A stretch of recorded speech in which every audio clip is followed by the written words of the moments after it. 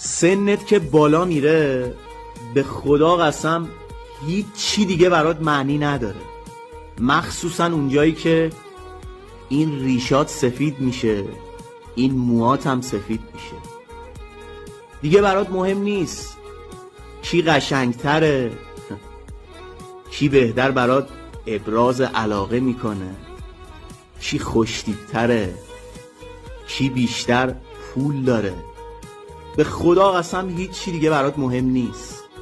فقط تنها چیزی که برات مهمه اینه که کی بهتر تو رو میفهمه، یا بهتره بگم کی تو رو درک میکنه.